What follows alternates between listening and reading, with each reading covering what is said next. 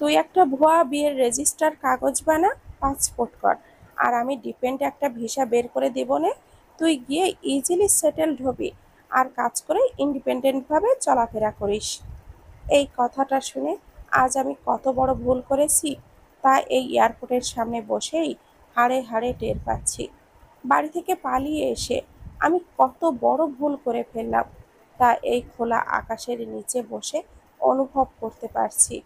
আমাকে যে এইভাবে বিট্রে করবে কল্পনাও করতে পারছি না।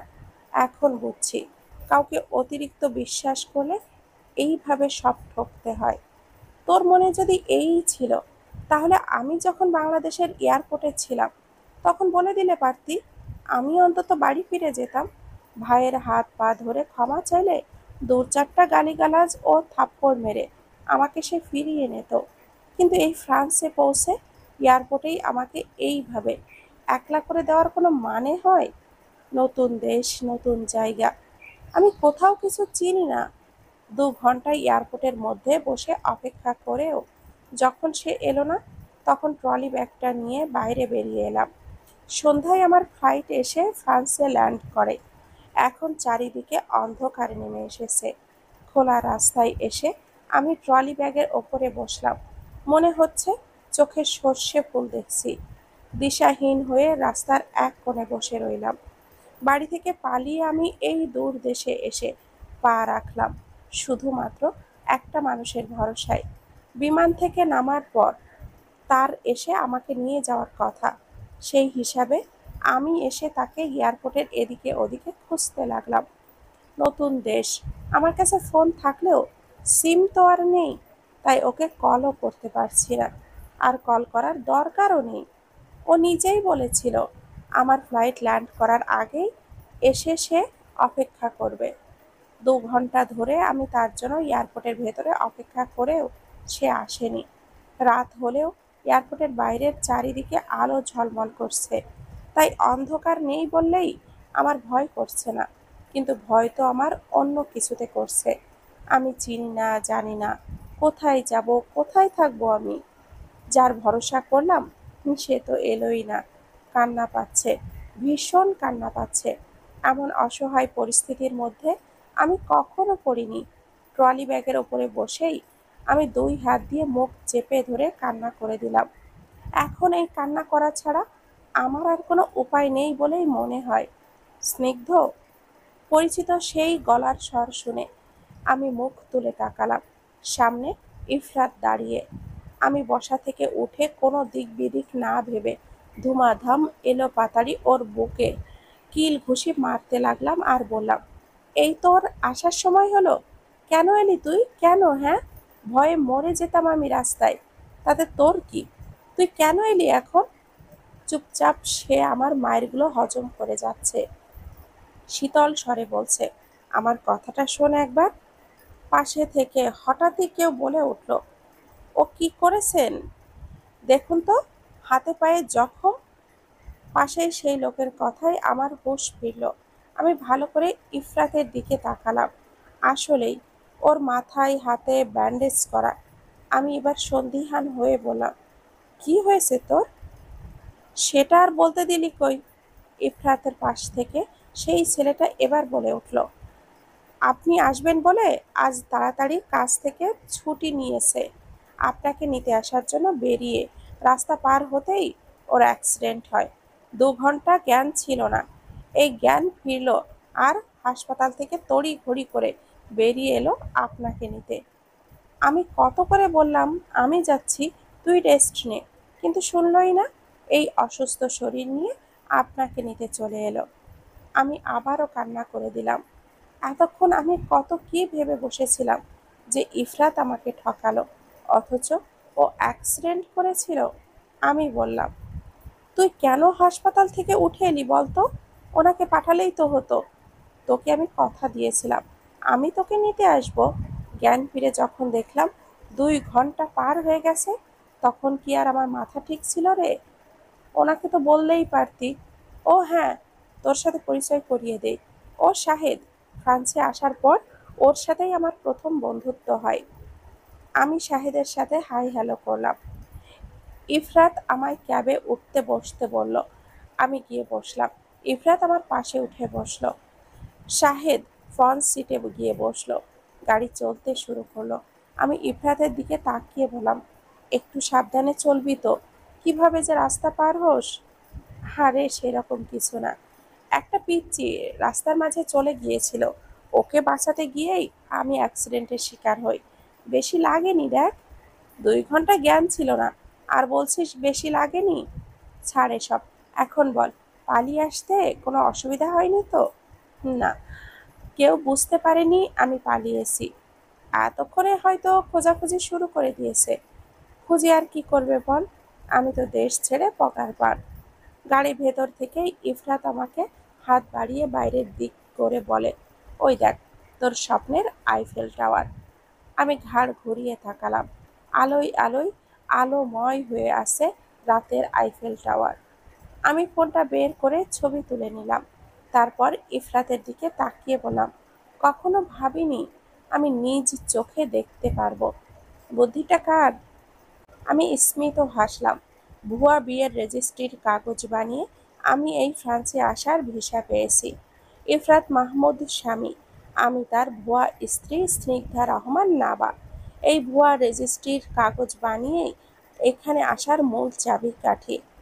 আমি আর ইফরাত ছাড়া এই কাহিনী কেউই জানে না। অবশ্য ওর বন্ধুরা জানে, কিন্তু আমি দেশে থাকতে সবাইকে লুকিয়ে চুরিয়ে ইফরাতের কিছু ফ্রেন্ডদের সাহায্যে আমি এত বড় একটা কাজ করতে পেরেছি। ইফরাতই ওর বন্ধুদেরকে বলে দিয়েছিল আমাকে এই বিষয়ে হেল্প করতে।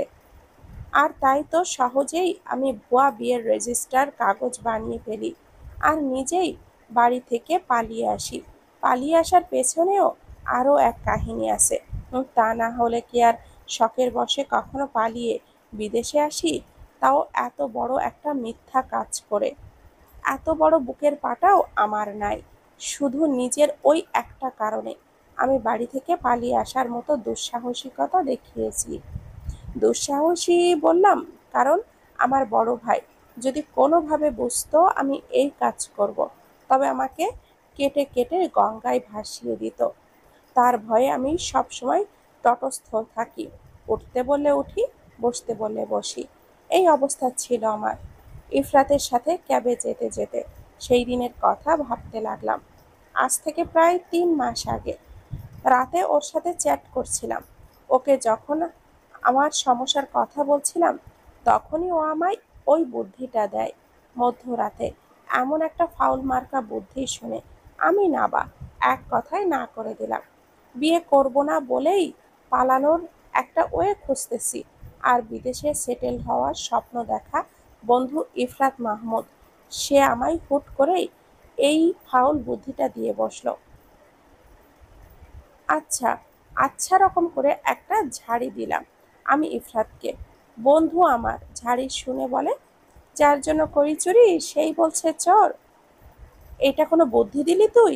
শোন, তুই দেশের যেখানেই পালিয়ে যাস না কেন, যেই ঘর থেকেই লুকাস না কেন, তোর ওই সান্ডা মার্কা ভাই তোকে খুঁজে নিয়ে আসবে, আর তোকে বিয়ে করতেও হবে। তার থেকে এই ভালো না তুই বিদেশে পালিয়ে আয়।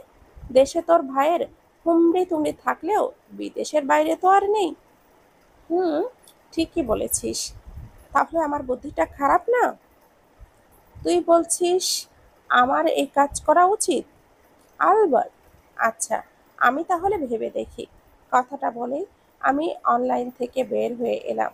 ইফরাত মাহমুদ আমার বেস্ট ফ্রেন্ড। গত 1.5 বছর হলো ও ফ্রান্সে থাকে। আমার সকল সুখে দুঃখে সব সময় আমার পাশে দাঁড়িয়েছে। কয়েকদিন ধরেই আমার বড় ভাইয়া আমার বিয়ের জন্য পাত্র দেখছে, কিন্তু আমার এখন বিয়ে করার কোনো ইচ্ছে নেই। কিন্তু ভাইয়ের এক কথা, বিয়ে তোকে করতেই হবে। কোনো ভাই কেন, বিয়ে কি আরো 2 বছর পর করা যায় না? না, তা না, আমাকে এই বছরই বিয়ে দেবে, কিন্তু আমি পড়াশোনা শেষ না করে কিছুতেই বিয়ে করব না। আমার কত স্বপ্ন, পড়াশোনা শেষ করে বিসিএস ক্যাডার হব, নিজের পায়ে দাঁড়িয়ে স্বাধীনভাবে চলাফেরা করব। কিন্তু আমার ভাই আমাকে এভাবে পায়ে শেকল পরার ব্যবস্থা করে দিল।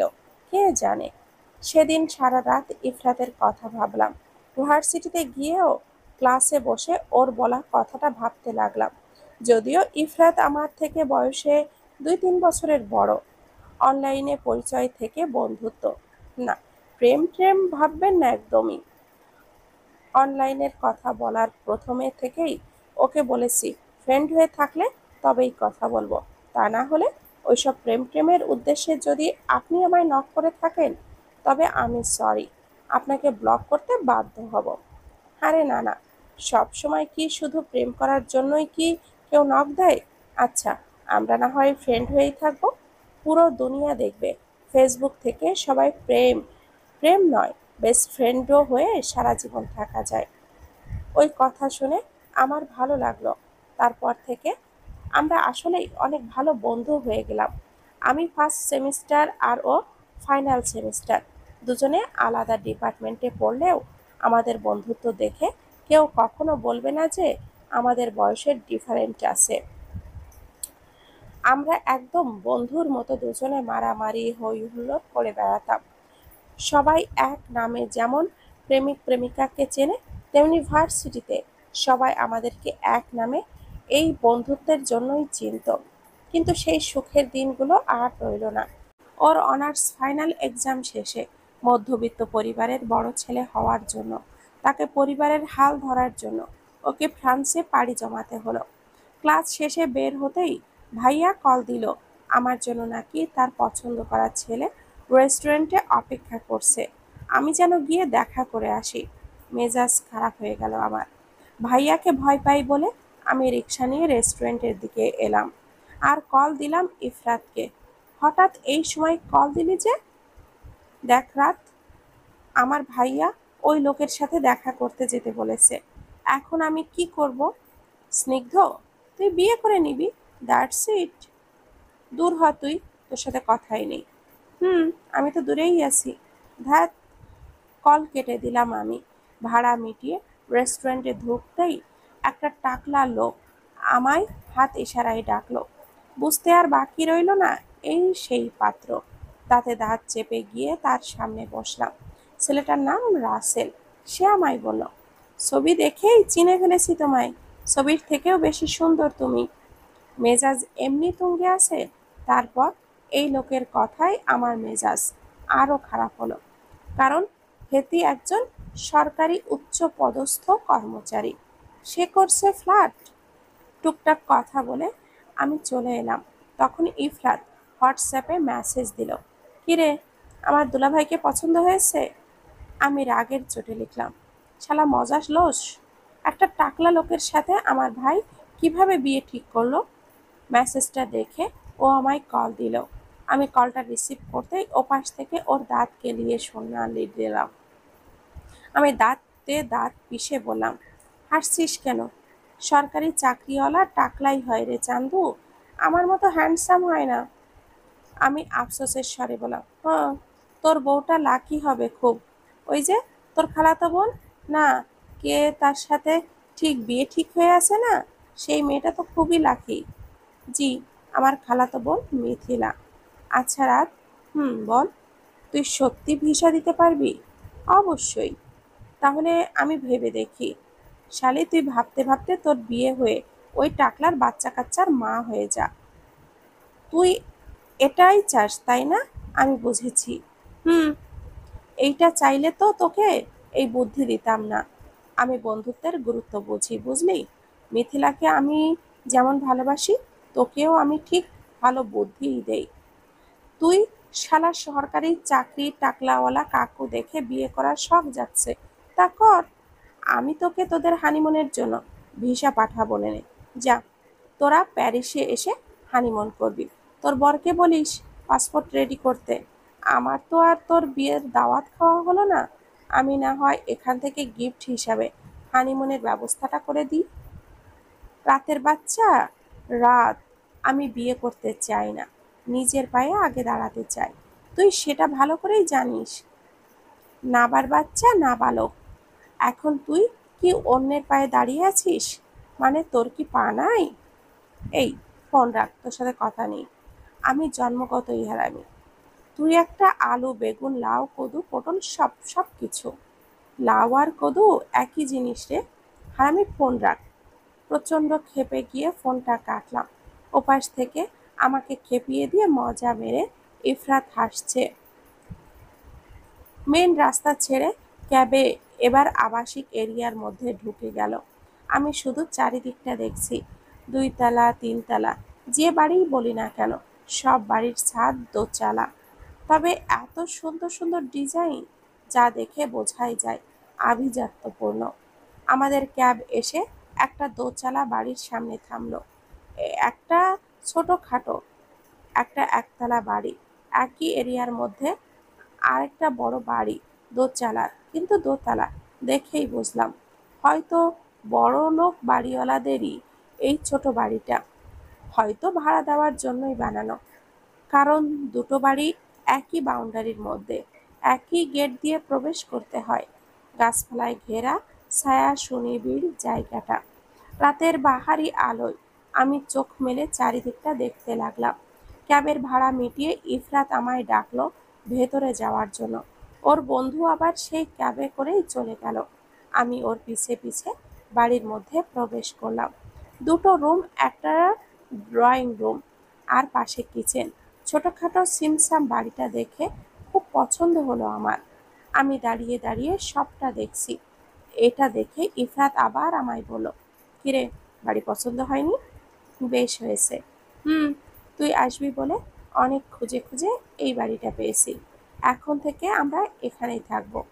আমি ভুরু কুঞ্চিত করে বললাম, আমরা? মানে আমরা দুজনে ছেলে মেয়ে এই বাড়িতে একা থাকবো? স্বাভাবিকভাবেই ইফরাত উত্তর দিল, হ্যাঁ। ইম্পসিবল। আমরা দুটো অবিবাহিত ছেলে মেয়ে এক বাড়িতে কিভাবে থাকবো? এছাড়া কি কোনো উপায় আছে?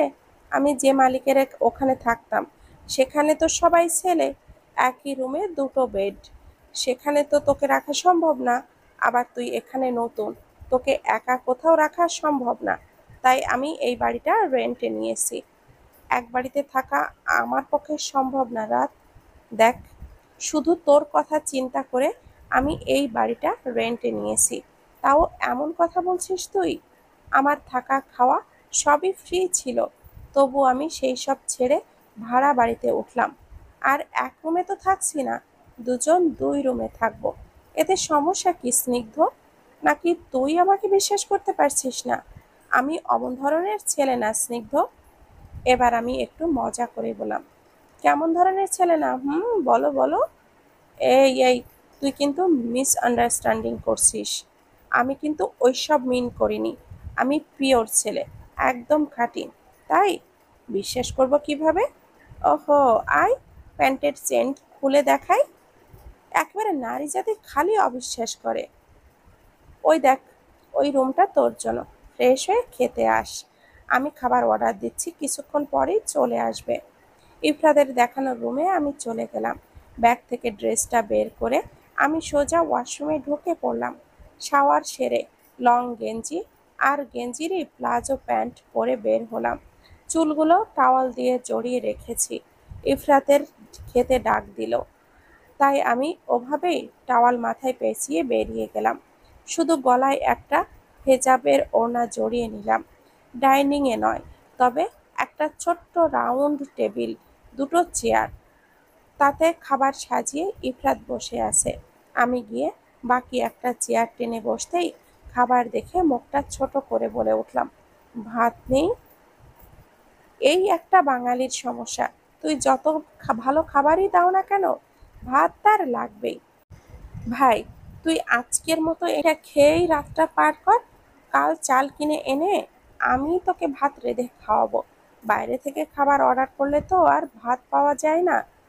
স্যুপ, কাবাব এইসবই খাওয়া লাগবে। প্লেনে ওঠার পর থেকে শুধু এইসব হাবিজাবি খেয়ে যাচ্ছে রে।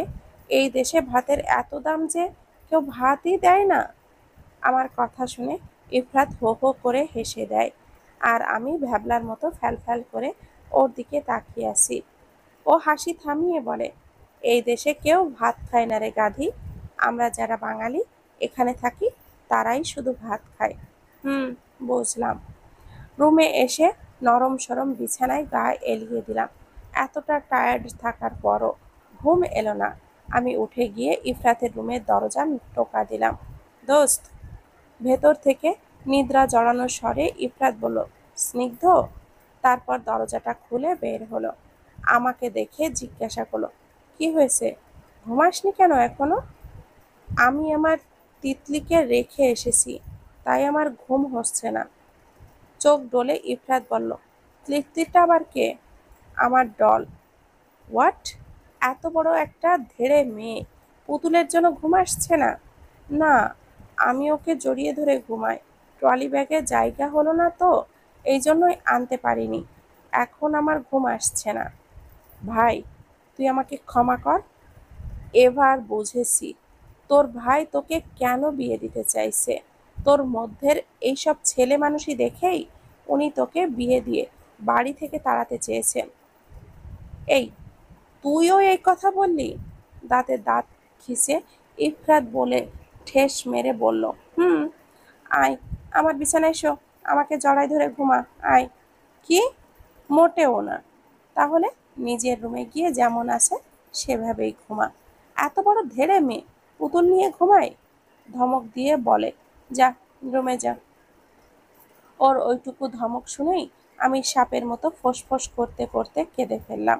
আসলে আমাকে কেউ ধমকে কথা বললেই আমার কান্না চলে আসে। বাবা মা হারা ভাইয়ের একমাত্র বোন ছিলাম তো, তাই ছোটবেলা থেকেই ভাইয়া মাথায় তুলে মানুষ করেছে। তাই আমার মধ্যে একটু ন্যাকামোটাই বেশি ছিল। ভাইয়া যেমন ভালোবাসে তেমন শাসনও করে, তাই ভাইয়াকে আমি প্রচণ্ড ভয়ও পাই। আমার কেঁদে ফেলাটা দেখে ইফরাত হতভম্ব হয়ে যায়। সেই সাথে বিচলিত হয়ে পড়ে আমার কান্না থামানোর জন্য। দোস্ত, দোস্ত, কাঁদিস না দোস্ত। আমি আসলে সেভাবে বলি নাই। তুই আমাকে বকা দিলি। আজকেই আমি প্রথম এলাম, আর আজই তুই আমাকে বকলি। স্নিগ্ধ, প্লিজ বোন, ভুলে যা। ভুলে গেছে, ভুল হয়ে গেছে। যা, ঘুমাতে যা। আগামীকাল আবার তোকে নিয়ে ভার্সিটিতে যেতে হবে। ভর্তি করানো লাগবে তো, তাই না? ভাই, কান ধরছি, কাঁদিস না। দেখ, আমি তোকে এখানে নিয়ে এসেছি। এখন তুই যদি এত রাতে কাঁদিস কেমন দেখায় না? যা যা, ঘুমাতে যা। তোরে আমি ইয়া বড় একটা পুতুল কিনে দেব নে। আমি নাক টেনে বললাম, সত্যি তো? হ বোন, সত্যি। তুই যা, ঘুমা। মিথিলা, তোর বোন কুত্তা। কথাটা বলেই আমি আমার রুমে গিয়ে এগোতে লাগলাম। সুন্দর ফুরফুরে একটা সকাল। আমার রুমের সাথে লাগোয়া বেলকনিতে গিয়ে আমি আলমোড়া দিয়ে দাঁড়ালাম। ফ্রান্সে আমার আজ প্রথম দিনের প্রথম সকাল। গাছের পাতার ফাঁকে ফাঁকে রোদ চিকচিক করছে। বৃষ্টির ফোঁটার মতো এক চিলতে রোদ এসে আমার মুখের উপরে পড়ল। আমি হাত দিয়ে তা প্রতিরোধ করলাম। তখনই আমার রুমের বাইরে থেকে ইফরাত ডাকলো আমায়। আমি সোজা রুমে চলে গেলাম। দরজা খুলতেই গরম ধোঁয়া ওঠা কফির মগ এগিয়ে দিয়ে শুভ সকালের উইশ করল। এরপর কিছুদিন কেটে গেল। কাজে থেকে একদিন ছুটি নিয়ে আজই আমরা ইফরাতের ভার্সিটিতে ভর্তি হওয়ার জন্য গেলাম। ভার্সিটিতে ভর্তি হতে কোনো ঝামেলা পোহাতে হলো না, কারণ ইফরাত আগে থেকেই ওর বসকে বলে সব ঠিকঠাক করে রেখেছিল। ওর বসের নাকি অনেক ক্ষমতা। এই ভার্সিটিতে তিনিই নাকি এই ডোনেট করে, তাই তার রেফারেন্টে দ্রুতই আমার ভর্তিটা এখানে হয়ে গেল। আমরা দুজন বেরিয়ে এলাম ভার্সিটি থেকে। ইফরাত আমায় বলল, আজ সারাদিন আমাকে ঘোরাবে। প্রথমে আমরা গেলাম আইফেল টাওয়ারে। আমি মাথা উঁচু করে উপর পর্যন্ত দেখে ওকে বললাম, বাপ রে বাপ, এত উঁচু! হুম, উঠবি? আমি ওর দিকে তাকিয়ে বললাম, ওঠাও যায়? হুম, ওই যে টিকিট কাউন্টার দেখছিস না, ওখান থেকে টিকিট কেটে একদম ওই চূড়া পর্যন্ত ওঠা যায়। লিফট আছে, প্লাস পায়ে হেঁটে যাওয়ারও ব্যবস্থা আছে। টিকিট কেটে আমি লিফটে উঠে পড়লাম। দোতলাতে গিয়ে নামলাম। রেলিংয়ে ঘেরা করিডোরের মতো জায়গাটাতে দাঁড়িয়ে বাইরের ভিউ দেখলাম। ইফরাত আমায় বলল, কফি খাবি? হুম, খাওয়াই যায়। ওই টাওয়ারের ভেতরেই ক্যাফেটেরিয়ায় চলে গেল। কফি এনে আমার হাতে ধরিয়ে দিল। সিঁড়ি বেয়ে আমরা ফার্স্ট ফ্লোরে গেলাম। সেখানে কাচের মেঝে, নিচের সবটা ওপর থেকে দেখা যাচ্ছে। আমি ইফরাতকে বললাম, এখানে কেউ লুঙ্গি পরে এলে তো নিচে থেকে সবাই সব দেখে ফেলবে রে। তোর মাথায় যত সব আজগুবি ভাবনা আসে রে। দুজনে আমরা হো হো করে হেসে দিলাম। পুরো বিকেলটা আমরা আইফেল টাওয়ারের আশেপাশে ঘুরলাম। সন্ধ্যায় দুজন নদীতে রিভার ক্রুজে উঠলাম। আলোয় ঝলমলে শহরটাই নদীতে রিভার ক্রুজের চারিদিকের বারান্দার মতো জায়গাতে দাঁড়িয়ে অনেকক্ষণ নদীর শীতল বাতাসের ফিল নিলাম। আমি খুব এক্সাইটেড হয়ে ইফরাতকে বললাম, আমি কখনো ভয়ে নৌযানে উঠি নাই, শুধু আজ তোর জোরাজুরিতে উঠেছি। পাগলি, এটা কি আমাদের দেশীয় নৌকা নাকি যে ভয় লাগবে? এইটা দেখ, একটা ফেরির মতো। মত কত বড়। হুম। সন্ধ্যাটা রিভার ক্রুজে ঘুরে এবার রাত বাড়ছে, বাড়ি যাওয়ার পালা। ইফরাত বলল, ক্যাফেটেরিয়া গিয়ে রাতের খাবার খেয়ে তবেই আমরা ফিরব। শ্যামসেলিজিস একটা মনোমুগ্ধকর সড়ক, তার ফুটপাত ধরেই হাঁটছি দুজনে। হঠাৎই প্রজাপতির মতো দুই হাত মেলে আমি দৌড়ে ঘুরে বেড়াচ্ছি। আমার পেছনে পকেটে হাত গুজে হাঁটছে, আর আমার উচ্ছ্বাসগুলো ইফরাত দেখছে। তখনই গগন গর্জে বৃষ্টি নামলো। ইফরাত আমার হাতটা ধরে টেনে নিয়ে গেল ছায়াতলে। আমি রাগ দেখিয়ে বললাম, আমি ভিজবো আর তুই আমাকে নিয়ে এলি? পাগল নাকি তুই স্নিগ্ধ? সবে এই দেশে এসেছিস, আবহাওয়া চেঞ্জ হয়েছে তোর, এখন ভিজলে জ্বর ঠান্ডা লেগে যাবে। যাজ্ঞা, আমি ভিজবই। বলেই আমি দৌড়ে আবারও সৌন্দর্য ঘেরা রাস্তার ফুটপাত ধরে চলে গেলাম। আমি একটু এগিয়ে দাঁড়িয়েই ইফরাতকে হাত দিয়ে ইশারা করে রাখলাম। আমার ডাক উপেক্ষা করতে পারল না ও, নিজেও চলে এলো আমার সাথে। দুজন দৌড়ঝাঁপ দিয়ে ভিজছি। আমাদের দেখে আরো কিছু লোক চলে এলো ভিজতে। সেই রাত বিরাতে ভিজে দুজন বাড়ি এলাম। সেই রাতে আমার ভীষণ জ্বর এলো। সারা রাত জ্বরের ঘরে কুকিয়েছি। ইফরাত জানতে পারলো না আমার জ্বর এসেছে। সকালে যখন ও কাজে যাবে তখনও উঠিনি আমি দেখে আমায় ডাকতে এলো। জ্বরের ঘোরে আমি কোনো রকমে মাথাটা চেপে দরজাটা খুলতেই ঢলে পড়ে গেলাম ওর বুকের ওপর। আমার শরীরের উত্তাপে ও বুঝে গেল আমার ভীষণ জ্বর। শঙ্কিত হয়ে ও আমার গালের ওপরে চাপড় দিতে বলল, স্নিগ্ধ, এই স্নিগ্ধ, চোখ খোল। জ্বরের ঘোরে আমার কোনো হুঁশই নেই। ও কোলে তুলে নিয়ে দ্রুত বিছানায় শুইয়ে দিল। এক বালতি পানি এনে মাথায় ধীরে ধীরে পুরোটা ঢালল। জ্বর ভাব কিছুটা কমতেই আমি তাকালাম। ওর মুখে চোখে আতঙ্কের ছাপ। আমাকে তুলে চুলগুলো মুছে দিয়ে বিছানায় হেলান দিয়ে আধ শোয়া করে বসিয়ে দিল। খাবার আনছি আমি, বলেই গিয়ে খাবার এনে আমার হাত দিয়ে খেতে বলল। এত দুর্বল লাগছে যে খেতে ইচ্ছে করছে না। তার উপরে নিজের হাতে তুলেও তো খেতে ইচ্ছেই করলো না। আমি খাচ্ছি না দেখে ও আমায় আবার খেতে বলল। আমি বললাম খেতে ইচ্ছে করছে না। ও আমায় বোঝালো না, খেলে ওষুধ খাবি কিভাবে। তবু আমি খেলাম। নিজের হাতে ভাত মাখিয়ে আমায় খাইয়ে দিতে আসলেও বললাম আমি আমি খেতে ইচ্ছে করছে না। ধমক দিয়ে আমাকে জোর করে ২-৩ গাল খাইয়ে দিল। ততক্ষণে ওর বন্ধু শাহেদ চলে এসেছে আমাকে নিয়ে। ওরা হাসপাতালে যাবে তাই। উঠে দাঁড়াতে পর্যন্ত পারছি না, এতটা দুর্বল লাগছে আমার।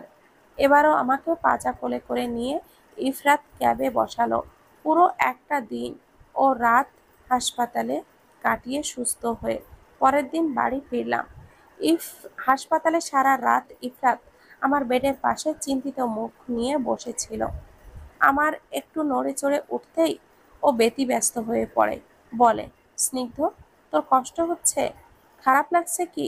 বাড়িতে বেডে হেলান দিয়ে আমাকে বসিয়ে দিয়েই ইফরাত শাসনের স্বরে বলে, তুই যদি আর বৃষ্টিতে ভিজেছিস রে, আমি নিজেই তোর ঠ্যাং কেটে দেব। কত করে সেই দিন বললাম ভিজিস না, শুনলি না আমার কথা। আমি স্মিত হেসে বললাম, ভালো লাগে ভিজতে। ইফরাত শাহেদের দিকে তাকিয়ে বলল, শুনেছিস ওর কথা, শুনেছিস?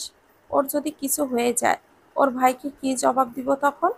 আমি ফিক করে হেসে বললাম, তুই আমার ভাইকে ভয় পাস? আমি তো পালিয়ে এসেছি এখানে। তাহলে তোর এখানে কোনো দোষ নেই। আমার দায়িত্বে আমি তোকে এখানে নিয়ে এসেছি। এখন তুই ভাইয়ের আমানতে আছিস। সো ভালো মন্দটা আমাকেই দেখতে হবে এখন। পাশে থেকে শাহেদ ভাই বলে উঠল, ঠিকই তো স্নিগ্ধ, তুমি এখন সম্পূর্ণ ইফরাতের আমানতে আছো। ওর দায়িত্ব তো আর ওকে ফেলে দিতে পারে না। দূর দেশে থেকে তুমি ওর ভরসায় এখানে এসেছো। এখন ওরও উচিত তোমার ভালো মন্দটা দেখার। ভার্সিটি, ক্লাস সব মিলিয়ে আমার সময় বেশ কেটে যাচ্ছে। আমি বাড়ি থেকে ভাইয়ার টাকা চুরি করে এনেছিলাম, সব শেষ। আমার বিয়ের জন্য মায়ের রেখে যাওয়া গহনাও চুরি করে এনেছিলাম, কিন্তু সাহস করে ওগুলো বিক্রি করতে পারিনি। ইফরাতকে বলেছিলাম আমার জন্য একটা পার্ট টাইম জব খুঁজে দিতে, কিন্তু ও দিল তো নাই, উল্টো বলে মন দিয়ে পড়াশোনা কর। আমি তো আছি। তুই আসিস মানে? এমনিতেই এই বাসা ভাড়া, খাওয়া, অনেক টাকা ফুরিয়ে যায় তোর। দেশেও টাকা পাঠাতে হয়। এখন আমার খরচও তুই দিচ্ছিস। যদি তাহলে এত ঋণ আমি কিভাবে শোধ করব? এমনিতেই পাসপোর্ট, ভুয়া রেজিস্ট্রি বানাতে অনেক টাকা লাগছে। সেগুলোও তোর থেকে নিয়েছিলাম। সেগুলোই শোধ দিতে পারিনি। আবার নিলে শোধ দিব কি করে? তোর বিয়ের পর বরের থেকে নিয়ে সুদে আসলে শোধ করে দিস আমাকে।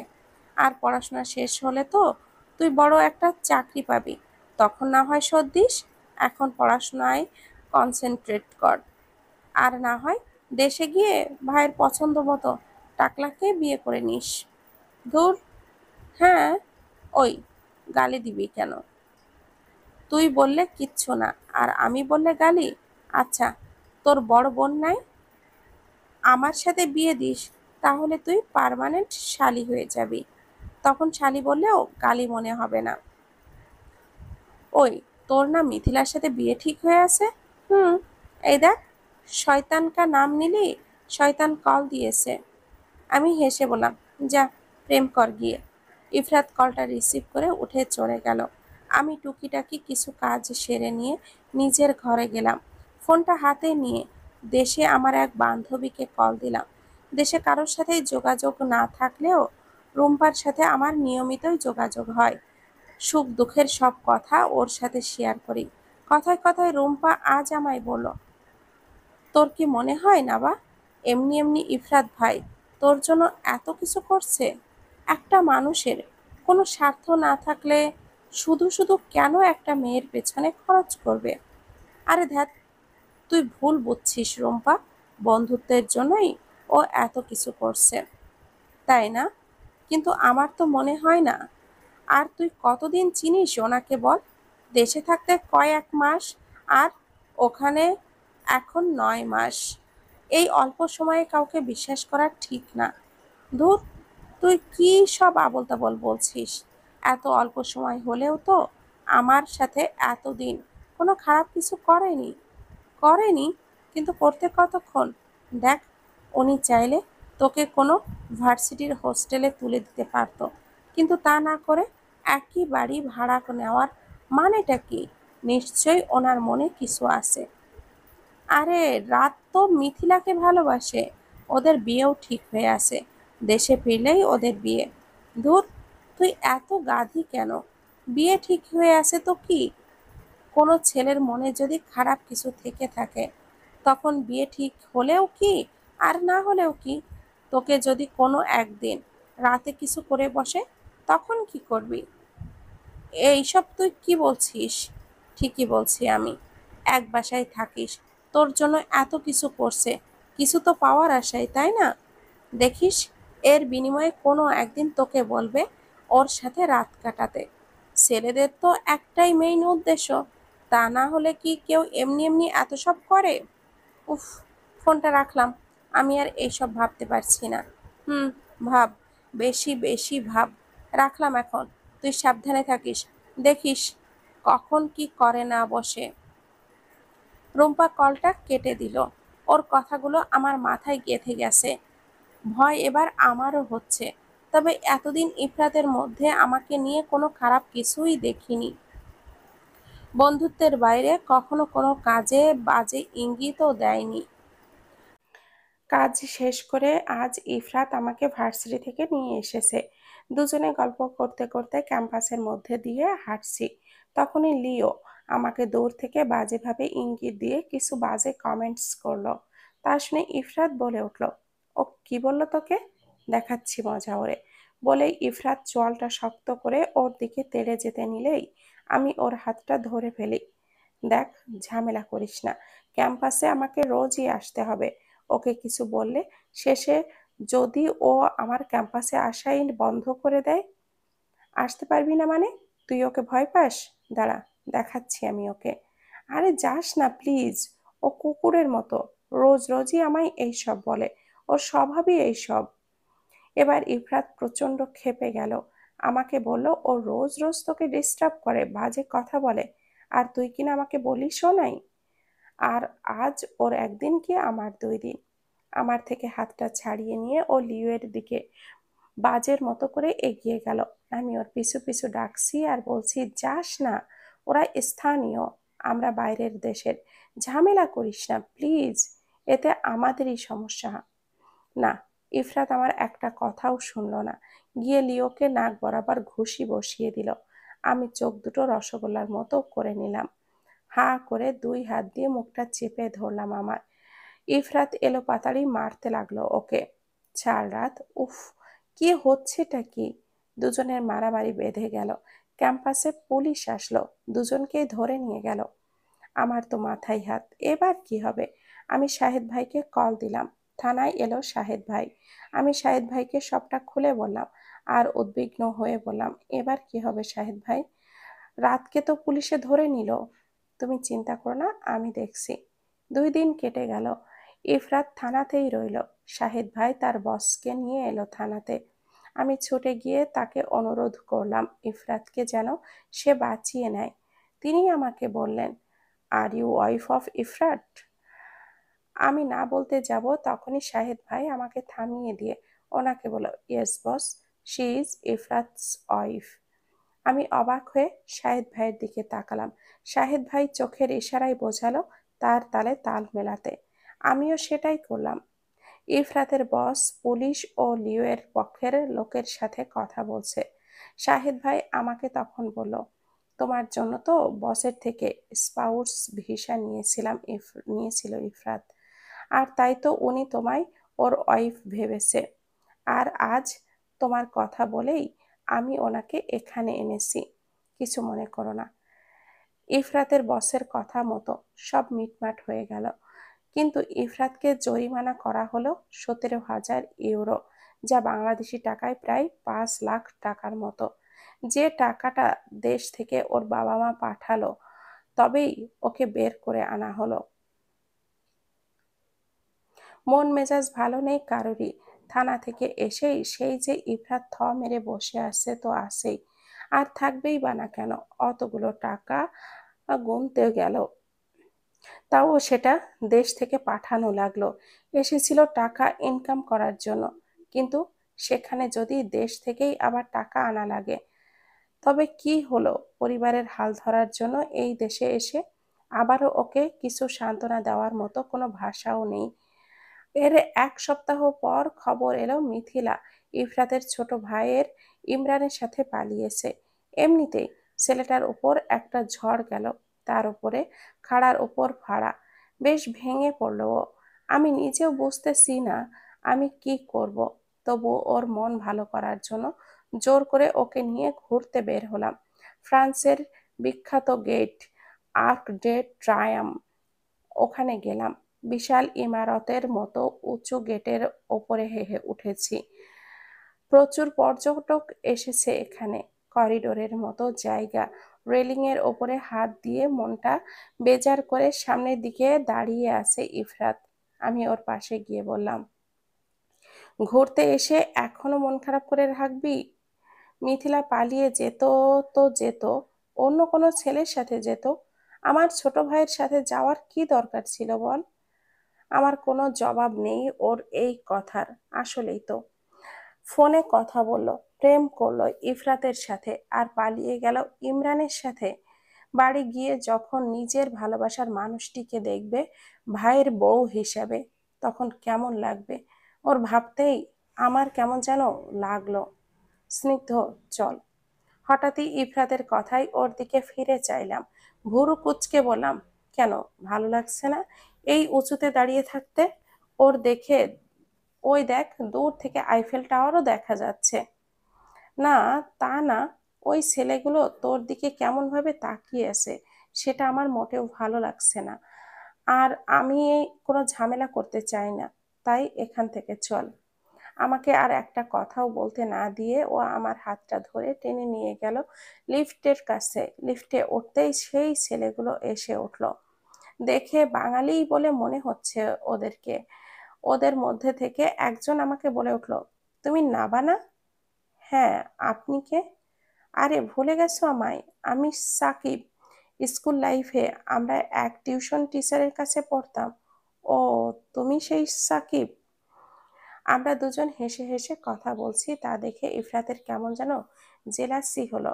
লিফটের দরজা খুলেই ইফরাত চোয়াল শক্ত করে আমার হাতটা খপ করে ধরে লিফটের বাইরে নিয়ে এলো। আমাকে ভালো মতো সাকিবের সাথে কথাও বলতে দিল না। সাকিবও পিছে পিছে বলতে বলতে আসছে, এই না বা শোনো। ইফরাত থেমে গিয়ে সাকিবকে বলে, কি ভাই, কি সমস্যা কি? দেখছেন আমি ওকে নিয়ে যাচ্ছি, তাও পিছে পিছে আসছেন কেন? সাকিব আমার দিকে তাকিয়ে বলল, না বা, উনি কে? উনি কি তোমার হাজবেন্ড? আমি মুখ খোলার আগেই ইফরাত বলল, হ্যাঁ, হাজবেন্ড। আপনার কোনো সমস্যা? যান, ফোটেন। আবার ইফরাত আমার হাতটা ধরে টেনে নিয়ে চলে এলো। আমি ওর হাঁটার সাথে তাল মেলাতে না পেরে রীতিমতো দৌড়ানোর মতো করে হাঁটতে হচ্ছে। ক্যাব থেকে নেমে ইফরাত কেমন যেন রাগে ফুঁসতে ফুঁসতে বাড়ির মধ্যে চলে গেল। আমি পিছে পিছে ওর ঘরে গিয়ে বললাম, কি হলোটা কি তোর, বলতো? কারোর সাথে কেউ এইভাবে কথা বলে? মিথিলার ঝাল তুই সাকিবের উপরে উঠালি, তাই না? সেটা তোর বুঝতে হবে না। যা, নিজের ঘরে যা। দোস্ত, এত ক্ষেপে আছিস কেন? আমি রেগে নেই। হুম, তুই রেগে আছিস? না, আমি রেগে নেই। এই 2টা বছরে আমার তোর রাগ ভাঙাতে ভাঙাতে দিন কেটেছে। সেখানে রাগ কি জিনিস আমি ভুলে গেছি। আমি স্মিত হেসে বললাম, ওলে বাবা, তাই? আজ বুঝি তুই রাগ করে সে প্রতিশোধটা তুলছিস? না রে। আচ্ছা বাবা, যা, আর কখনো অন্য ফ্রেন্ডদের সাথে কথা বলবো না। কি? ও তোর ফ্রেন্ড? ওই সাকিবের বাচ্চা তোর ফ্রেন্ড? একসাথে পড়েছি, ফ্রেন্ডই তো।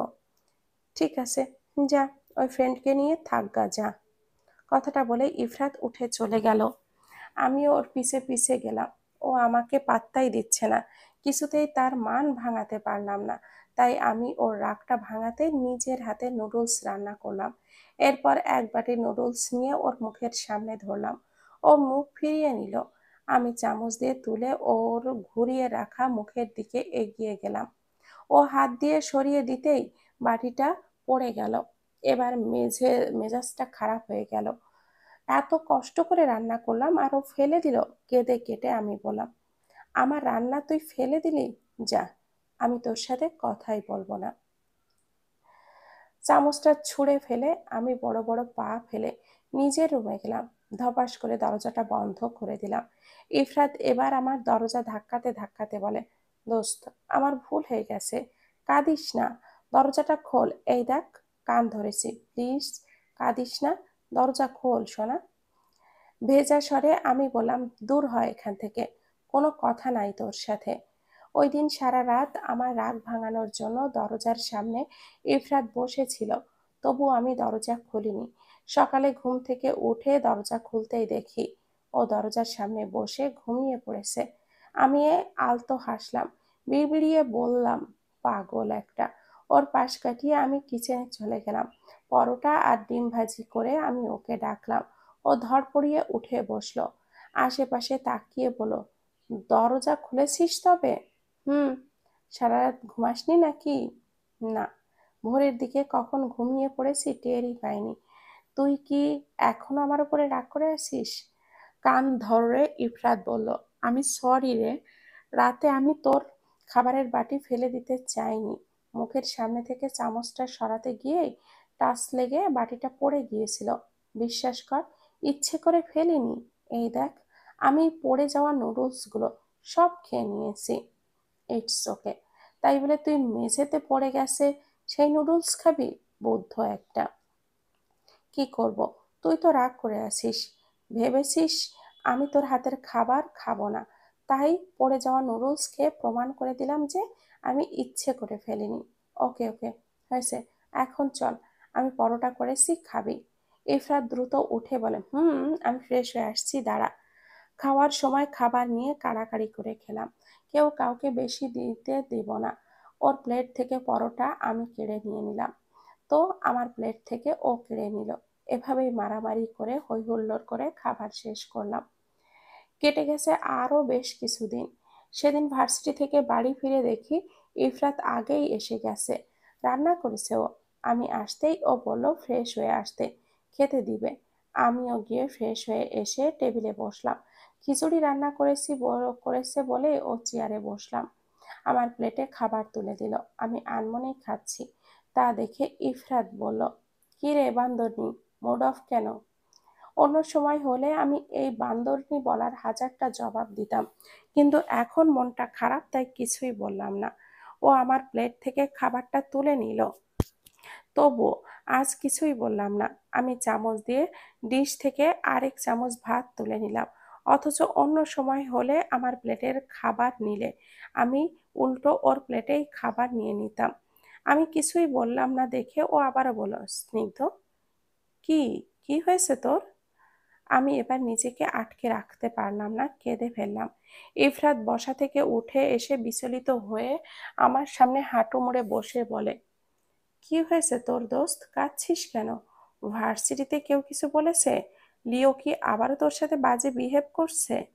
ভাইয়া অসুস্থ। কি? তুই জানলি কিভাবে? আমাদের বাড়িতে কাজ করে সুমি আপার থেকে জেনেছি। সুমি আপার সাথে আমার নিয়মিত যোগাযোগ আছে।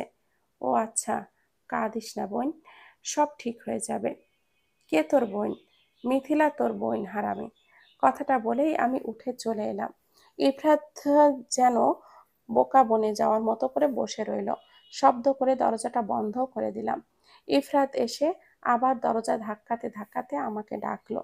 আমি দরজা খুলে ওর হাত ধরে এক ঝটকা টানে ঘরের ভেতরে এনে ওর হাতে টাকা দিয়ে বললাম, আমার যাওয়ার জন্য টিকিট কাট, আমি বাড়িতে যাব।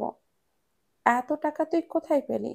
তোতলিয়ে বললাম, আম, ইম, ওই যে বাড়ি থেকে আসার সময় চুরি করে এনেছিলাম। কিন্তু তুই তো মাত্র 1.5 লাখ টাকার মতো চুরি করে এনেছিলি, যা কবেই তো শেষ। তুই যাবি টিকিট কাটতে? আমার তো এক্সাম শেষ হয়ে গেল আজকে। যা, টিকিট কাট আমার। ভাইয়া অসুস্থ, আমি কিভাবে থাকবো বল? কথাটা বলেই আমি আবারও কেঁদে ফেললাম। ওকে ওকে, তুই কাঁদিস না ইয়ার, আমি টিকিট কাটছি। কিন্তু তুই নিজের পায়ে দাঁড়াতে চেয়েছিলি। তোর অনার্স শেষ হলো, এবার মাস্টার্সে ভর্তি হলে এই দেশেই তুই একটা ভালো চাকরি পেয়ে যেতিস, তোর স্বপ্ন পূরণ হতো। আর এভাবে এখন চলে যাবি, ভেবে দেখেছিস?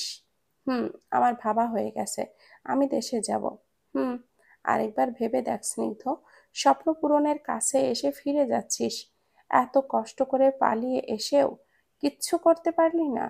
তুই ভালো একটা চাকরি পাবি, ভালো একটা পজিশনে যাবি। আমি চেঁচিয়ে বললাম, আমার ভাইয়ার থেকে বড় কিছুই না, আমি ভাইয়ার কাছে যাব, শুনতে পাচ্ছিস তুই? ওকে। ওকে কি? ওকে কি, হ্যাঁ? তুই আজ এক্ষুনি আমার জন্য টিকিট কাটবি রাত। ইফরাত টিকিট কাটার জন্য ল্যাপটপটা নিয়ে বসে, মনে মনে আওড়ায়, হঠাৎ এত টাকা কোথায় পেল স্নিগ্ধ? থানা থেকে আসার পর হাতে টাকার খুব শর্ট পড়ে গেছে। ইভেন ওর ভার্সিটির ফিস দিতেও হিমশিম খাচ্ছিল। হুট করে ও নিজেই বলল ভার্সিটির fees plus form fill up সব টাকা জোগাড় করে ফেলেছে, তা জমাও দিল। আমি তখন বিষয়টা আঁচে না নিলেও এখন কেমন যেন লাগছে। এত টাকা কোথায় পেল ও?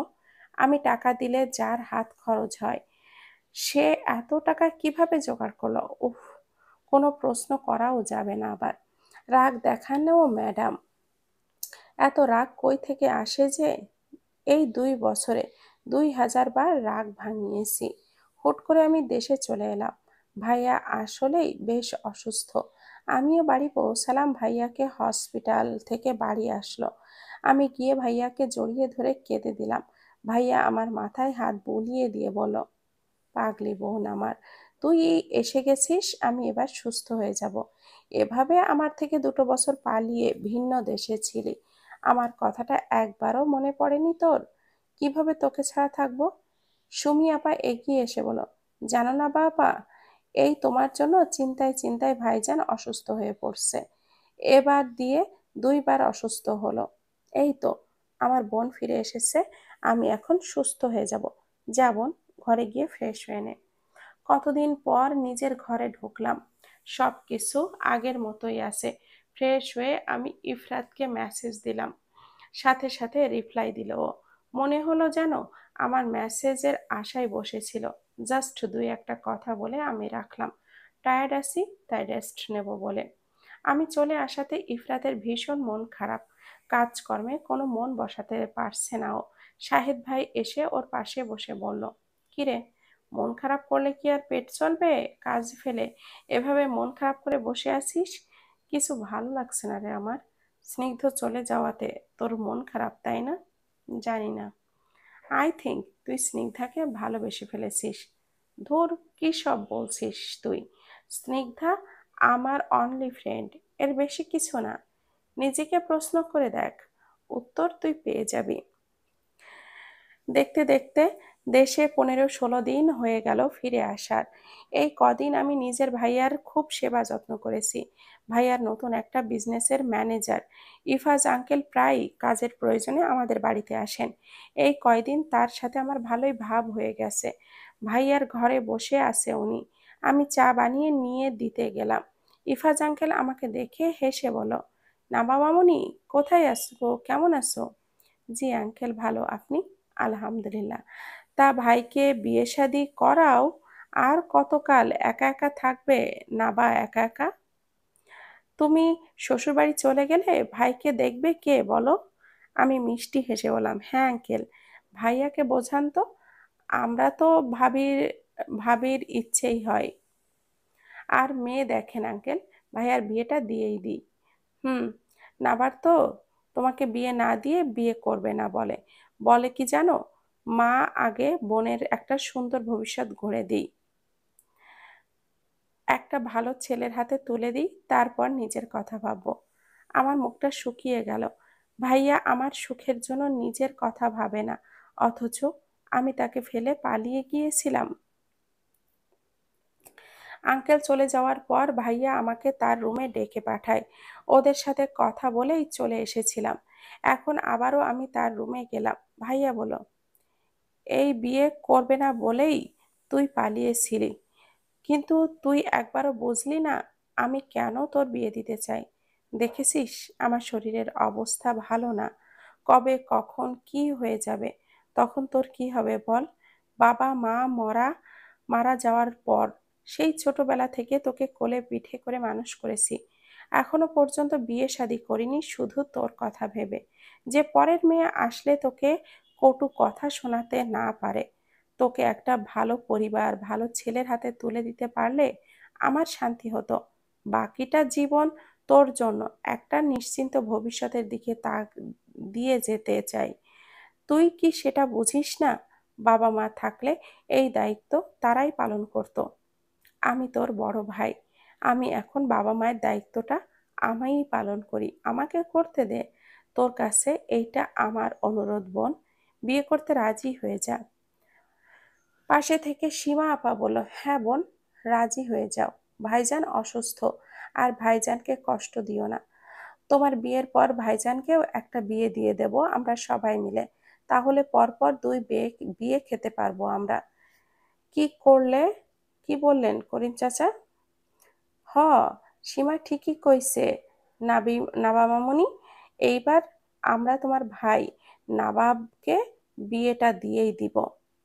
ভাইয়া আমার দিকে অসহায় চাহনিতে চেয়ে আছে, চোখে মুখে তার অসহায়ত্বের ছাপ। আমি ভাইয়ার কাছে গেলাম, পায়ের কাছে বসে বললাম, আমি বিয়ে করতে রাজি, তবে আমার একটা শর্ত আছে। আমার কথা শুনে সকলের মুখে হাসি ফুটে উঠল। সবাই যেন চাতক পাখির মতো এই উত্তর শোনার জন্যই অপেক্ষা করছিল। ভাইয়া বলল, কি শর্ত?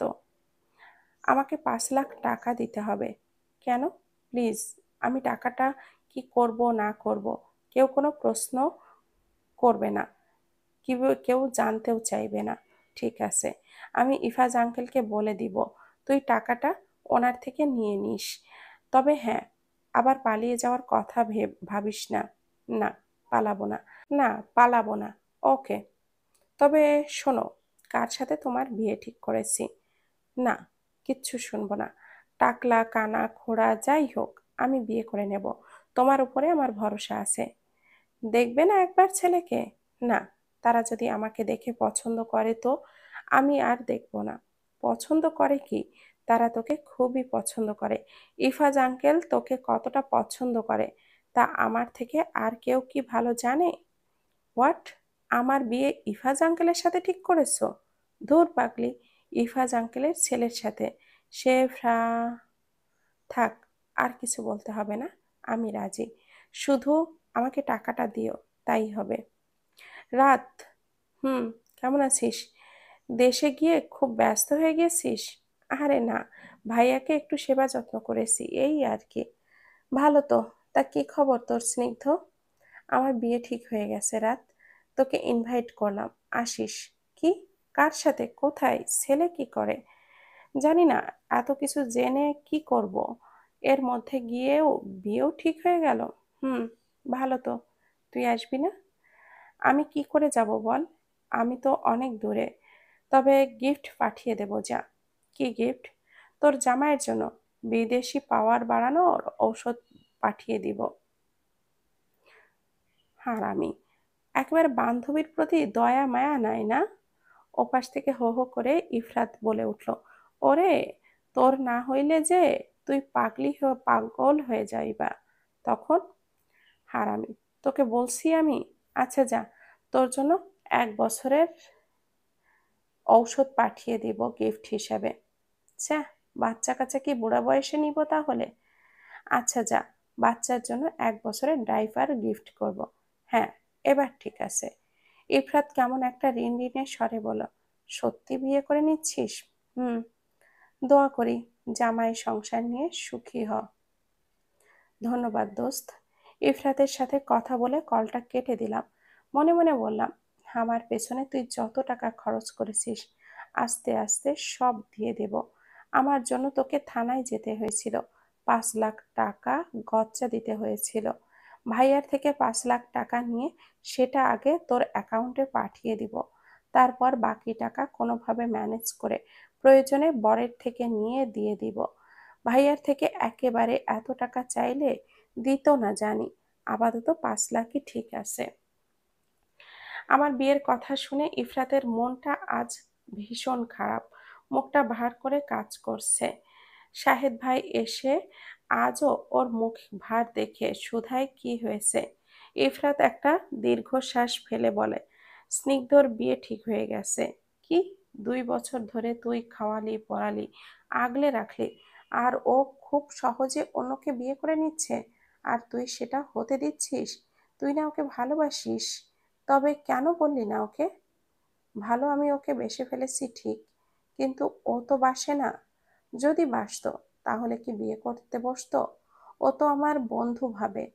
আমি ভালোবাসি বলে বন্ধুত্বর অমর্যাদা করি কি করে বল? স্বার্থপর একটা মেয়ে।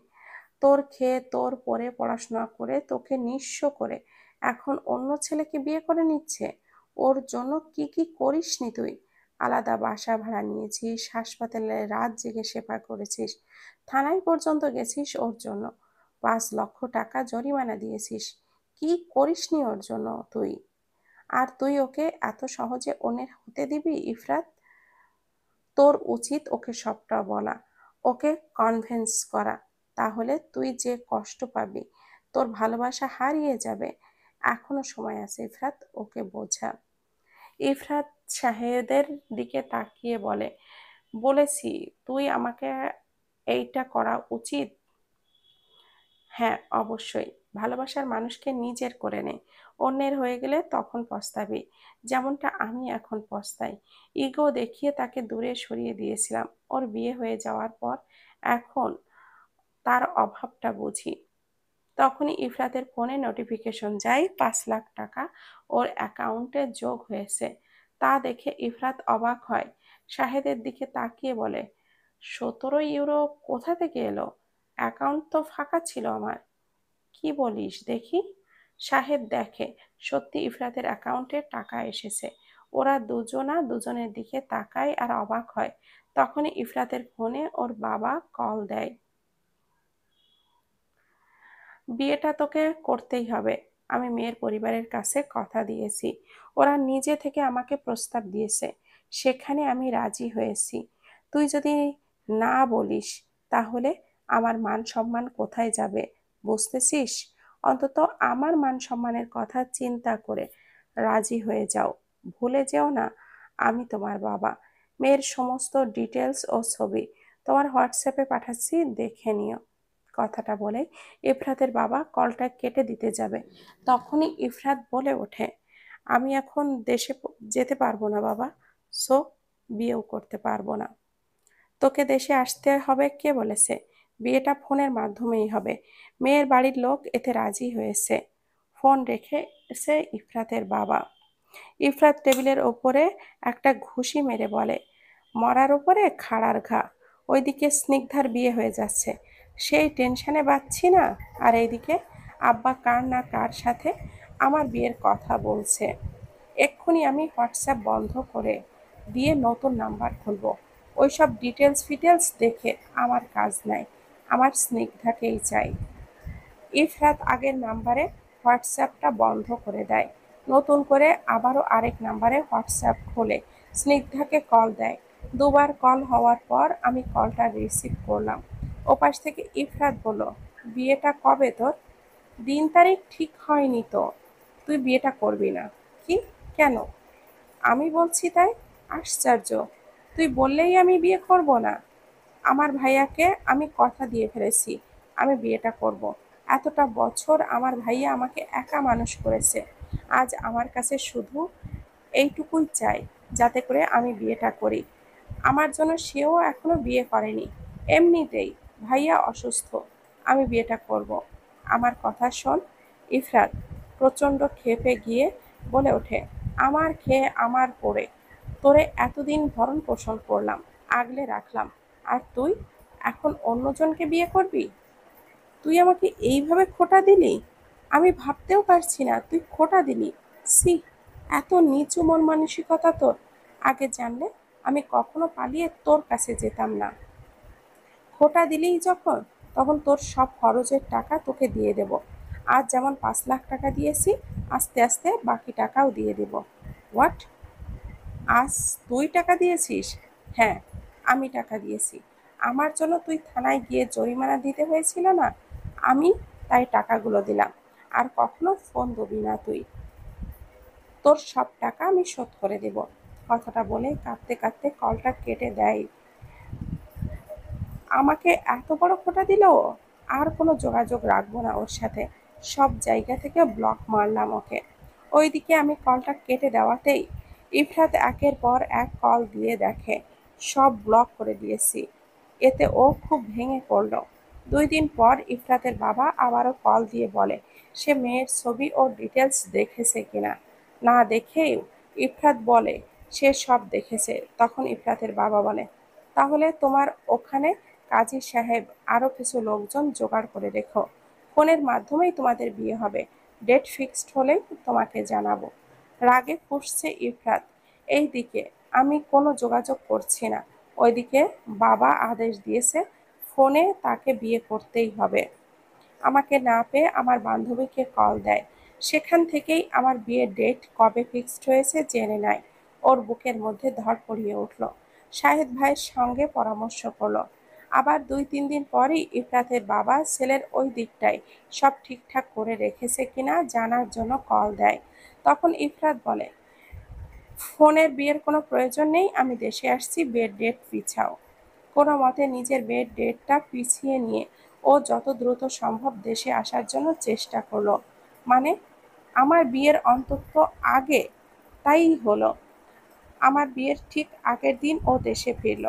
আমি এইসব কিছুই জানি না, কারণ সেই দিন পর থেকে আমি আর ওর সাথে যোগাযোগ করিনি। আগামীকাল আমার বিয়ে, তাই অনিচ্ছা থাকা সত্ত্বেও রাতে সীমা আপা আমায় মেহেদি দিতে বসেছে। আমি শুধু কাবিন করে রাখবে, তাই বিয়েটা সাধারণভাবেই হচ্ছে। দেখো আব্বু, আমি তোমাদের বিয়ের ডেটটা পিছাতে বললাম, আর তোমরা আগামীকালকেই ডেট ফিক্সড করে ফেললে। আমাকে একবার জানানোর প্রয়োজনও মনে করলে না। আমার আগামীকাল একটা ইম্পর্ট্যান্ট কাজ আছে, আর তোমরা এইটা কি করলে? যেটা করেছি ভালোর জন্য করেছি। সবে তুমি এয়ারপোর্ট থেকে বাড়ি ফিরলে, এখন 2:30 বাজে। ফ্রেশ হয়ে রেস্ট নাও, আগামীকাল সন্ধ্যায় বর সেজে বিয়ে করতে যাবা, ব্যাস। নিজের রুমে ঢুকে ফ্রেশ হয়ে এসে ইফরাত শাহেদকে কল দেয়, আবার পরামর্শ চায় এখন সে কি করবে। তার কথা মতো ও দেশে এসেছে, কিন্তু দেশে এসেই যে নিজের বিয়ে আর স্নিগ্ধার বিয়ে একই দিনই পড়ে যাবে তা ও বুঝতেই পারেনি। শাহেদের সাথে শলা পরামর্শ করে কলটা কেটে দেয় নিজের এলাকার বন্ধু বান্ধবদের। তাদের থেকে ওর কিছু সাহায্য নেওয়ার আছে, যারা ইফরাতের কথায় স্নিগ্ধকে পাসপোর্ট আর ভুয়া রেজিস্টার কাগজ বানাতে হেল্প করেছিল, সেই সব বিশ্বস্ত বন্ধুদের। পরের দিন ভোর, আমার বাড়িতে বিয়ের তোড়জোড় শুরু হয়ে গেছে। আমি দোতলায় জানালা দিয়ে বাইরের সবটা দেখছি। ভাইয়া সব দিকটা একা হাতে সামলাচ্ছে। কত চাপ যাচ্ছে আমার ভাইয়ার ওপর। আজ বাবা মা বেঁচে থাকলে তারা কত খুশি হতো। চোখ জলে ভিজে গেল আমার, ফুঁপিয়ে কেঁদে উঠলাম আমি। ভাইয়া নিচ থেকে ঠিক খেয়াল করছে, তাই সে দ্রুত বাড়ির মধ্যে চলে এসে সোজা আমার রুমে চলে এলো।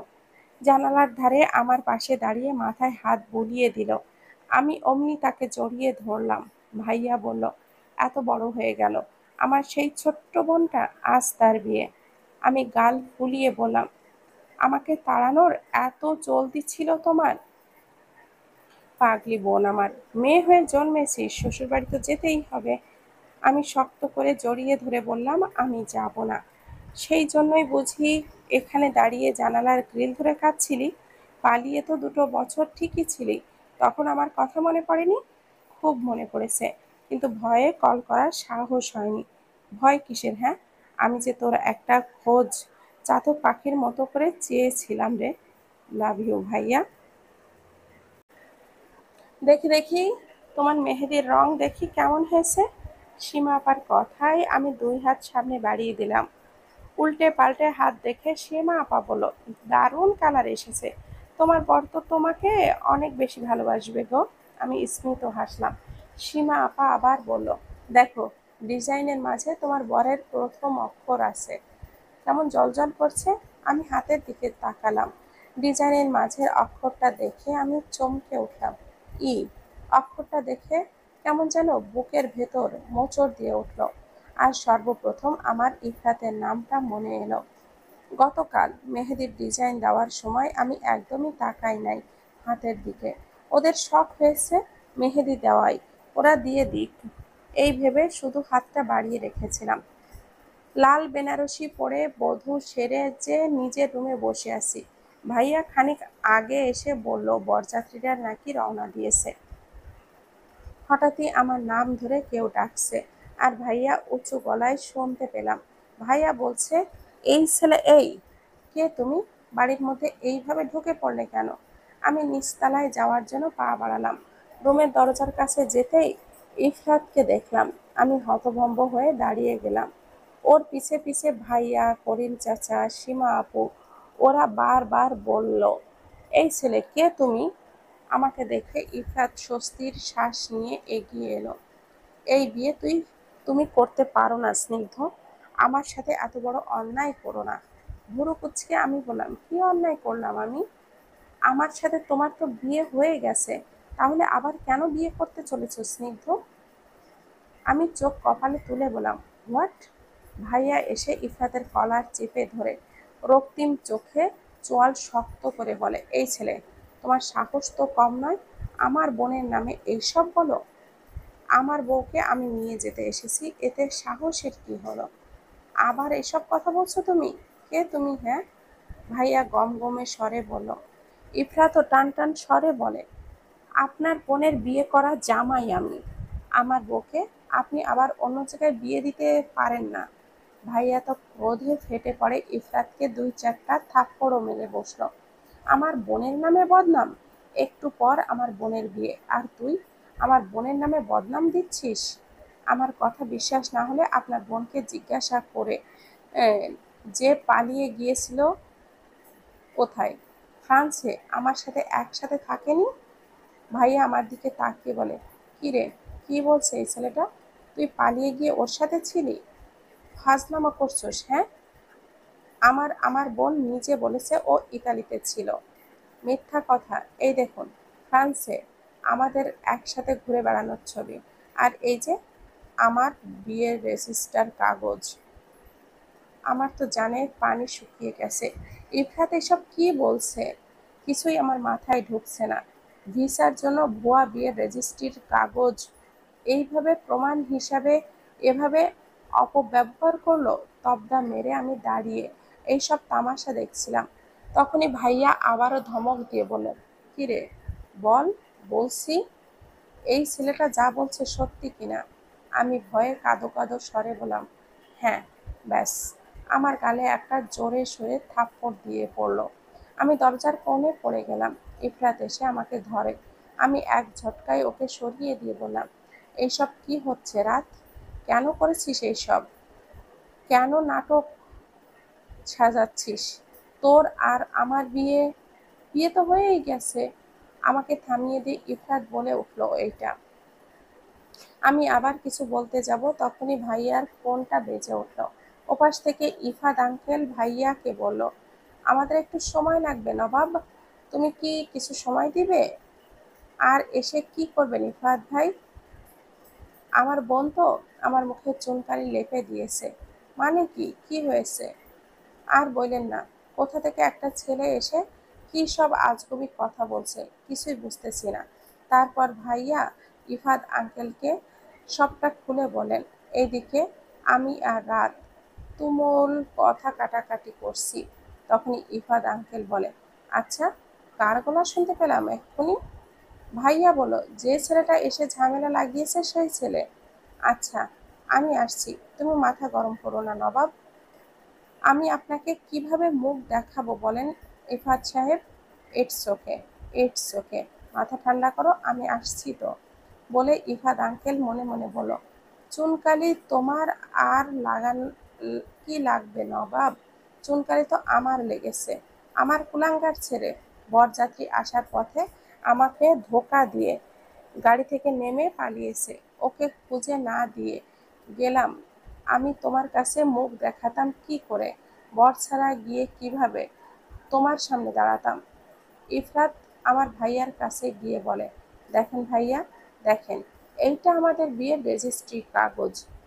না ভাইয়া, বিশ্বাস করো না, ওটা ভুয়া। তখনই ইফাত আঙ্কেল আসে, ভাইয়ার কাছে গিয়ে বলে, কি নবাব, কি হয়েছে? কি আর হবে, এই ছেলেটা আমার বোনের বিয়ে ভাঙতে এসেছে। তোরে এখানে এসে নাটক করতে কে বলেছে? ওর বিয়ে ভাঙতে আসছিস? তাহলে চল, বিয়ে ভেঙে দিলাম। ইফাত আঙ্কেল ইফরাতকে বলল। তখন ইফরাত বলে, মানে? মানে নাবা মামুনির বিয়ে ভেঙে দিলাম, তোর কাজটা সহজ করে দিলাম। যদি বরপক্ষ নিজেই বিয়েটা ভেঙে দেয়, তাহলে তো তোর এসব নাটক করা লাগবে না। চল বাড়ি চল। ওর বিয়ে ভাঙার তুমি কে? আর ওর বিয়ে যখন ভেঙে গেছে, তখন আমি চলে যাব কেন? হ্যাঁ, আমি বিয়ে করার জন্যই তো ওর বিয়েটা ভাঙতে আসছি।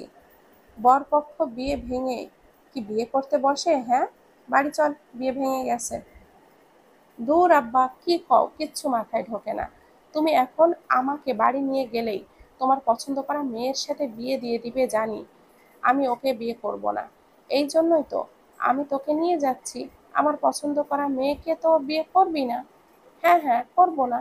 আমি স্নিগ্ধকে বিয়ে করব, করতে চাই। আর না করে এখান থেকে এক পাও নড়ব না। তুই তো নিজেই ওর বিয়েটা ভেঙে দিলি। দিলাম তো কি, ও তো সহজে অন্যের বউ হয়ে যাবে। তা তো আমি হতে দেব না। ও রে, আমরা তো বরযাত্রী নিয়ে এই বাড়িতেই আসতেছিলাম রে গাধার বাচ্চা গাধা।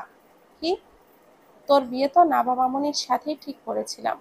আমি ও ইফরাত দুজনে একসাথে বলে উঠি, কি? মাথায় হাত দিয়ে ইফরাত বসে পড়ে। নিজের ভালোবাসার মানুষটার সাথে বিয়ে, নিজেই ভাঙলাম। ও বউ, সাপের মতো ফোঁস করো কে, হ্যাঁ? ইফরাতের কথায় আমি কোনো জবাব দিলাম না। চোখ মুখ শক্ত করে জ্বলন্ত চোখে ওর দিকে তাকিয়ে আছি, আর জোরে ফোঁস করে নিঃশ্বাস নিচ্ছি। ইফরাত একটা শুকনো ঢোক গিলে আমার দিকে আরেকটু এগিয়ে এসে আমার হাতটা ধরতে নিলেই আমি চিল্লিয়ে বললাম, টাচ করবি না কুকুর। ইফরাত হাঁটুতে ভর দিয়ে আমার দিকে ঝুঁকে এসে আমার মুখ চেপে ধরে বলে, "শ্, আজ আমাদের ফার্স্ট নাইট। আজ চিল্লালে লোকে কি ভাববে?" আমি ওর হাত আমার মুখ থেকে সরিয়ে দিয়ে বললাম, কুকুর, এই ছিল তোর মনে? আস্তে কথা বল। তোর ভাই শুনলে আমায় আস্ত রাখবে না, ভাববে তার বোনকে আমি জোর জবরদস্তি করছি। তোদের বাড়িতে আছি আমি, আমার ভাই কিভাবে শুনবে? ও হ্যাঁ, তাই তো। তোর ওই সান্টামার্কা ভাইকে দেখে আমার জানে পানি শুকিয়ে যায়। আমি ইফরাতকে ধাক্কা মেরে ফেলে দিয়ে ওর পেটের মাঝ বরাবর উঠে বসে ওর পাঞ্জাবির কলারটা চেপে ধরে বললাম, তোর এত বড় সাহস, আমার বিয়ে ভাঙতে গিয়েছিলি, আবার আমায় বিয়ে করলি? ইফরাত মাথার নিচে আয়েশি ভঙ্গিতে দুই হাত দিয়ে বলে, এ মা গো, তুই এত বন্ডি, আগে জানতাম না তো। বাসর রাতে বরের উপরে অত্যাচার। অমনি আমি ওর পেটের ওপর থেকে নেমে গিয়ে বসে এ, ইফরাত শোয়া থেকে উঠে বসে বলে, কোথায় স্বপ্ন দেখেছিলাম ফার্স্ট নাইটে, মানে বাসর ঘরে ঢুকে বইয়ের ঘোমটা খুলে লাজুক রাঙা মুখখানা দর্শন করব, তা না, উল্টো বউ আমার উপরে চওড়া হয়। তুই সর আমার কাছ থেকে, তোর মতলব ভালো না। তুই বলেছিলি আমার বরকে বিদেশি পাওয়ার ঔষধ খাওয়াবি। ও ম্যাডাম, আমিই আপনার বর? ও হ্যাঁ, তাই তো। তার মানে তুই ওইসব খেয়ে বাসর ঘরে ঢুকেছিস? জি না, আমার ওইসব খাওয়া লাগে না, আমার পাওয়ার এমনি ঠিক আছে। আমি ভেবেছিলাম তোর ভাই তোকে কোন টাকলা বুইড়ার সাথে বিয়ে দেবে, তাই তো পাওয়ার বাড়ানোর ঔষধ খাওয়ানো লাগবে। আমি ধপাধপ ওকে মারতে মারতে বললাম, কুকুর, আমার বর বুইড়া? তুই বুইড়া, তোর 14 গোষ্ঠী বুইড়া। আরে আরে, মায়ের থামা। বাসর ঘরে কেউ মারামারি করে? বাসর ঘরে আদর সোহাগ করতে হয়। আদর সোহাগের গোষ্ঠী কিলাই। তুই শালা পাওয়ারওয়ালা ঔষধ খেয়েছিস, তাই তোর এত আদর সোহাগের কুড়কুড়ি উঠছে। আমি কি বুড়িয়া নাকি? আমি তোর একমাত্র হ্যান্ডসাম ইয়াং জামাই। আমার পাওয়ার প্লাস কুড়কুড়ে দুটোই ঠিক আছে। আমি ওকে মায়ের থামিয়ে দিয়ে বললাম, কি, তার মানে সত্যিই কুড়কুড়ে উঠছে? ইফরাত নিজের জামা কাপড় ঠিক করতে করতে বলে, এমন সুন্দরী বউ থাকলে সবারই কুড়কুড়ে উঠে যায় রে। আমি আবারও ওকে মারতে উদ্যত হলাম। এবার ও আমার হাতটা ধরে ফেলে। আমি ছাড়ানোর জন্য ছটফট করতে লাগলাম। ইফরাত আমার দিকে ঝুঁকে এসে হিসিয়ে বলে, এত মায়ের দিলে এনার্জি শেষ হয়ে যাবে, তখন আমার দেওয়া আদরগুলো আদর আর সহ্য করবে কিভাবে? হুম? আমি চোখ বড় বড় করে ওর দিকে তাকালাম। ও এক ঝটকায় আমাকে বিছানায় শুইয়ে দিল। বিছানায় দুই হাত চেপে ধরলো। আমি পুরোপুরি ওর বন্দি হয়ে গেলাম। আমার ওপর ও মুখ বরাবর চোখে চোখ রেখে বলল, তাহলে অবশেষে তুমি শুধু এই রাতেরই স্নিগ্ধতা, আর কারো নও। আমি লাজে ওর থেকে চোখ সরিয়ে ঘাড় ঘুরিয়ে অন্যদিকে মুখ করলাম। ইফরাত আমার কানের কাছে মুখ এনে বলল, তোমায় যে এতটা ভালোবেসে ফেলবো কখনো ভাবিনি। আমি এক রাশ বিস্ময় নিয়ে ওর দিকে একবার তাকালাম। ওর চোখে পানি, ভুরুজোড়া কুঁচকে এলো আমার। বিচলিত মুখে শুধালাম, কি হলো, চোখে জল কেন তোর? ইফরাত আমার ওপর থেকে উঠে গিয়ে বসে। আমিও উঠে ওর সামনে উঠে বসলাম। ইফরাত আমার দুই হাত ধরে তাতে মুখ লাগিয়ে হু হু করে কেঁদে দিল। আমি শুধু অবাক নয়নে ওর দিকে তাকিয়ে আছি। এক হাত ছাড়িয়ে নিয়ে ওর গালে হাত দিয়ে বললাম, কি হয়েছে, এভাবে কাঁদছিস কেন? ও আবারও আমার দুই হাত শক্ত করে ধরে বলে, যেদিন তোর বিয়ের কথা শুনেছিলাম, আমি তোকে হারানোর ভয়ে সারা রাত নির্ঘুম কাটিয়েছিলাম। শুধু তাই নয়, আমাকে যখন সব জায়গা থেকে ব্লক করে দিলি, তারপর থেকে একটা রাতও আমি ঘুমাতে পারিনি। চোখ বুজলেই দেখতে পেতাম তুই আমার থেকে দূরে সরে যাচ্ছিস। কত রিস্ক নিয়ে আমি দেশে এসেছি জানিস? হয়তো আমার চাকরিটাই আর থাকবে না। ইউরোপে সেটেলড হওয়ার স্বপ্ন জলাঞ্জলি দিয়ে আমি ছুটে এসেছি দেশে, শুধু তোর জন্য। ডাবল টাকা দিয়ে হলেও তোর বিয়ের আগে আসার জন্য টিকিট কেটেছি, শুধু তোর বিয়েটা আটকানোর জন্য। তোকে নিজের করে পাবো বলে এত লড়াই করেছি, এত কষ্ট করেছিস আমার জন্য। কবে থেকে এত ভালোবাসলি আমায়? সেই প্রথম দিন থেকে। মানে, যেই দিন প্রথম ভার্সিটিতে তোমায় প্রথম দেখি, সেই দিনই তোমায় ভালোবেসে ফেলি, যাকে বলে লাভ অ্যাট ফার্স্ট সাইট। তুমি রিকশা থেকে নেমে বন্ধুদের আড্ডায় গেলে, তারপর ওদের সাথে নিজের ডিপার্টমেন্টের দিকে। আমি পিছু নিলাম, কোন ডিপার্টমেন্টে পড়ো তুমি দেখার জন্য। তারপর রোজ তোমায় ফলো করতাম, নাম ধাম সব জেনে নিলাম আস্তে আস্তে। নামটা আমার দারুণ লেগেছিল, স্নিগ্ধতা। স্নিগ্ধতা রহমান, নাবা। সবাই তোমাকে নাবা বলেই ডাকতো, কিন্তু আমি আটকে ছিলাম স্নিগ্ধতা নামে। নামের মতোই তুমি স্নিগ্ধ, সুন্দর, তাই তো তোমায় স্নিগ্ধ বলেই ডাকি। এতদিন সাহস করে তোমায় ফ্রেন্ড রিকোয়েস্ট পাঠালাম, তুমি অ্যাকসেপ্ট করলে, কিন্তু শর্ত দিলে বন্ধু হয়ে থাকলে তবেই জায়গা হবে তোমার ফেসবুকে। ভাবলাম ঠিক আছে, বন্ধু হয়েই না হয় ফেসবুকে থাকি, পরে প্রেমিক হয়ে বুকে থাকবো। কিন্তু কি পোড়া কপাল, প্রেমিক হতে পারলাম না, সোজা বর হয়ে গেলাম। কি পোড়া কপাল! বিয়ে করার জন্য তো হেদিয়ে মরতেছিলি, আর এখন বলছিস পোড়া কপাল? তাহলে বিয়ে কেন করলি? কি পোড়া কপাল? বিয়ে করার জন্য তো হেদিয়ে মরতেছিলি, আর এখন বলছিস পোড়া কপাল? তাহলে বিয়ে করলি কেন শালি? আমি ছেলে মানুষ, জেন্ডার ঠিক করে গালি দে। জায়গা মতো একটা লাথি মেরে না জেন্ডার চেঞ্জ করে দিবনে। জেন্ডার শেখায় আইছে, আমায় লাথি মারলে তোরই ভবিষ্যৎ অন্ধকার হবে রে। তখন তুই আফসোস করবি। কুত্তা, হারামি, শয়তান, তোরে আমি খাইছি দাঁড়া। পাজামা খুলবো? কি, তুই তো বললি দাঁড়া খাইবি। প্যান্ট পরা থাকলে চেইন খুললেই হয়ে যেত, এখন পুরো পাজামাই খুলতে হবে ললিপপ খাওয়ানোর জন্য। নির্লজ্জ, বেহায়া। বলেই আমি ওর উপর চওড়া হলাম মারতে। ও ধূপ করে বিছানায় শুয়ে পড়ে হাসছে, আর আমি ধূপাধূপ একের পর এক ওকে মেরাই চলেছি। সমাপ্ত।